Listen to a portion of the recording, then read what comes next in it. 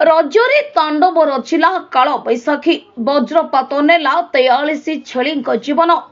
ଘଟଣା ଘଟିଛି ଗଞ୍ଜାମ ଜିଲ୍ଲା ଚିକଲଖଣ୍ଡି ଗ୍ରାମରେ। ଗ୍ରାମର କିଛି ଛେଳି ଚାଷୀ ଛେଳି ଚରାଇବା ସମୟରେ ହଠାତ୍ ବର୍ଷା ଓ ପବନ ବହିବା ଆରମ୍ଭ ହୋଇଥିଲା। ଛେଳି ଚରାଳୀ ମାନେ ବର୍ଷା ଓ ପବନ ଦେଖି ଛେଳିମାନଙ୍କୁ ଗ୍ରାମକୁ ନେଇ ଯିବାକୁ ବାହାରିଥିଲେ। ହେଲେ ଗ୍ରାମକୁ ଆଣିବା ପୂର୍ବରୁ ହଠାତ୍ ପ୍ରବଳ ବର୍ଷା ଆରମ୍ଭ ହୋଇଯାଇଥିଲା। ବର୍ଷା ଯୋଗୁଁ ଛେଳିଗୁଡ଼ିକ ଏକ ଗଛ ମୂଳରେ ରହିଥିବା ସମୟରେ ଅଚାନକ ବଜ୍ରପାତ ହୋଇଥିଲା। ଆଉ ସେହି ବଜ୍ରପାତରେ 43 ଛେଳିଙ୍କ ମୃତ୍ୟୁ ଘଟିଛି। ଏକାଥରକେ 43 ଛେଳିଙ୍କର ଜୀବନ ଯିବା ପରେ ଚାଷୀମାନେ ଦୁଃଖରେ ଭାଙ୍ଗି ପଡ଼ିଛନ୍ତି। ତେବେ ଖବର ପାଇ ଛତ୍ରପୁର ବିଧାୟକ କୃଷ୍ଣଚନ୍ଦ୍ର ନାୟକ ଘଟଣାସ୍ଥଳରେ ପହଞ୍ଚି ଛେଳି ଚାଷୀଙ୍କ ସହ ଆଲୋଚନା କରିଥିଲେ।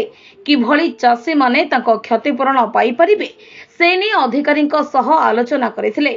ତେବେ ଏହି ସମସ୍ତ ଛେଳି 6 ଜଣ ଚାଷୀଙ୍କର ରହିଥିବା ସୂଚନା ମିଳିଛି।